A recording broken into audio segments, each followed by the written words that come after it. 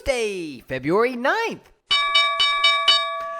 There is the closing bell, guys, with the S&Ps finishing the day down 5 points. For the most part, today was a boring tape.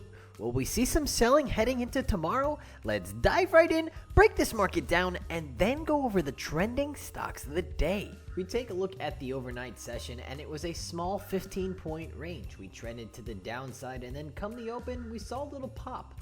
Overall, this market was weak today. You can see we sold off into power hour. We're seeing a slight pop here at the final minutes of close. Finishing the day even in the futures, we were down about 4 points in the SPX.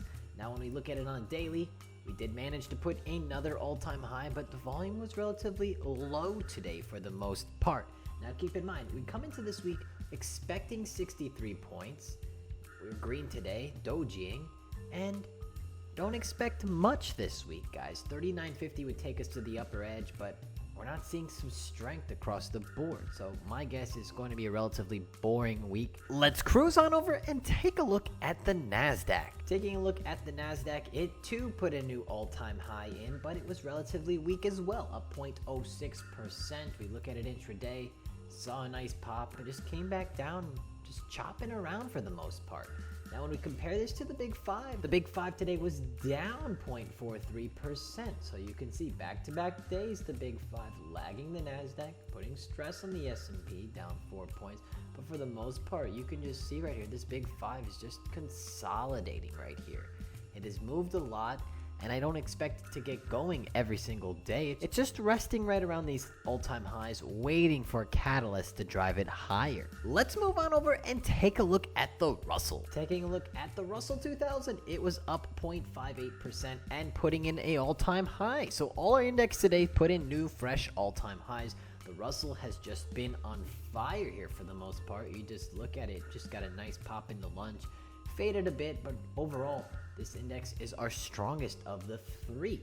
Now, when we look at some of our sectors today, the software sector was on fire. Now, this is a relatively small ETF. However, today, look at this inflow of volume. Some big hedge fund loaded this ETF today. It was up 2.4%, which a lot of the small caps are inside the Russell, giving them a nice little boost. That's why the Russell is leading today. For the most part, our other sectors were relatively quiet. We see the financials up 0.05%. Technology going red right here after putting in an all-time high, and energy down 1%. So our sectors weren't strong today. However, this market managed to hold it together. Will we slowly unravel into tomorrow's tape? Overall, this market seemed relatively weak. However, we did manage to hold it together and close nearly flat on the day. The question becomes, are we going to roll over into tomorrow's session? Let's move on over and take a look at the bond. After seeing the bonds up yesterday with the equities, it's putting another green day. It's closing down right here at the final minutes of trade. We just look at the bonds. This 167 appears to be the new floor here in the bonds. It was 169. Now we're just kind of consolidating here. The bonds were boring today. What do you expect out of them? Now when we cruise on over to the VIX futures were down 0.5%. Another red day in the VIX. It's trying to put a bottom here. We look at it intraday. It did get a nice pop in the final minutes, only to get quickly whacked back down. When we look at the VVIX, though, it did finish green. So the VVIX found a floor about 106.5, and it too rallied. Didn't quite give it up. We look at it bigger picture here. Volatility could be cheap. It could be pretty incentivizing to buy some volatility to protect one's portfolio in case we do see some selling. Right now, relatively, if we look at the VIX at a 21, this is pretty cheap to get it long. The VIX, you can just see this seems to be like a nice bottom, and it's due for a little pop. Let's move on over and take a look at the dollar and see how our commodities broke down. Taking a look at the dollar, it took another down day. Sizable leg down. The dollar, after having a nice rally higher, appears to be heading back to sub 90. How did some of our commodities do? Well, crude oil today, putting another green day and another all-time high. Some nice volume coming in. However, the XLE was red today, so XLE was down. However, the crude oil managed to march higher. As for gold, we can see gold up about 2 points, 0.12%. Nothing much to see here. Light volume in the metal.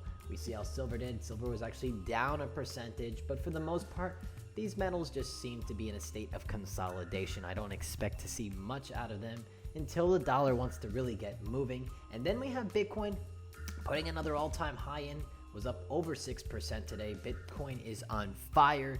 My charts are saying around the 12th should be a very big date. The 12th and 22nd. I nailed my last 2 dates of the 3rd and the 8th. It was 1 day off. So look for around the 12th, give or take a day, maybe the 13th, for a multi-thousand point move. There you have it for the stock market breakdown. Now, it was a boring tape today. There wasn't much going on, and we were about even across the board despite the small caps. Again, guys, the options market priced in only 63 points, so we weren't expecting a big move this week. However, if we do see some more stimulus news, maybe gets through, it's not looking like it's going to happen this week.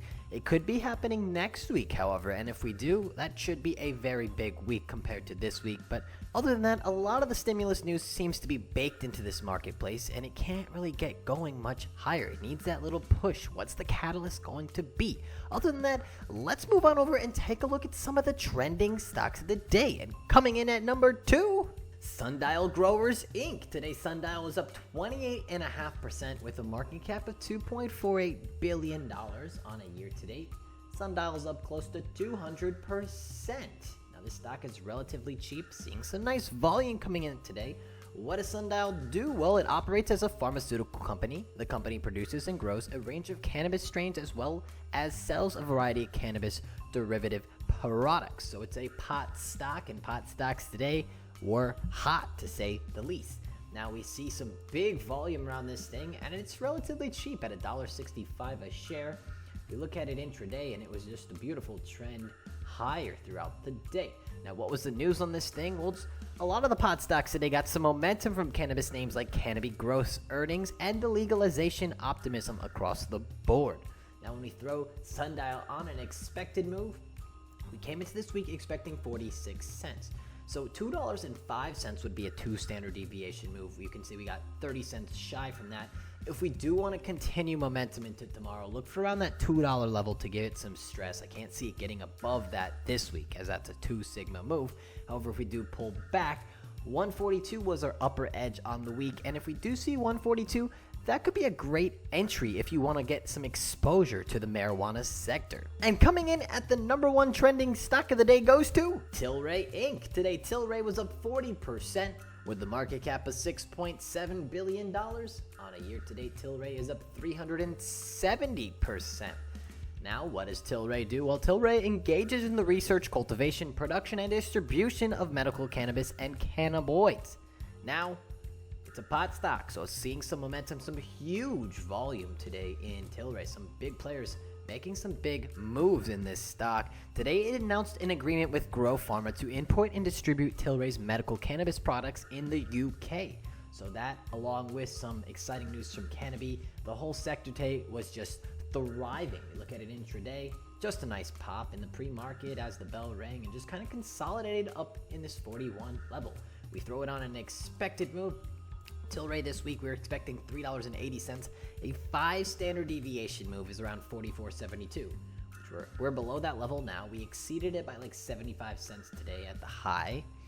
Now, if we see a 4 sigma move, that's going to be around $40.92, which we're just about $1.20, $1.30 above that level. So if we do see some selling tomorrow, look for that $40.92 could play a nice bounce. Overall, this seems like this stock wants to go higher in the bigger picture. You just look at it breaking out, trending higher. Let's throw this on a monthly, and it's got a lot of ground to make up. It could be well on its way to $100 before you know it. And if Tilray does pull back tomorrow, look for around $41 as a solid entry. There you have it for the top trending tickers of the day. They were pot stocks. Did you get a chance to watch any of these stocks? Are there any pot stocks you looking at? Comment it down below. I'd love to hear what you guys are looking at. And if you've watched this far, hit the thumbs up button, guys. It means a lot when you show some support. And if you're watching me for the very first time, I do these breakdowns every single day. Show some love and hit that subscribe button. It makes my day every time I see my sub count go up by 1. Other than that, any comments, questions, feedback, leave it down below and I'll get back to you. Have a great night, guys. Take care. Peace!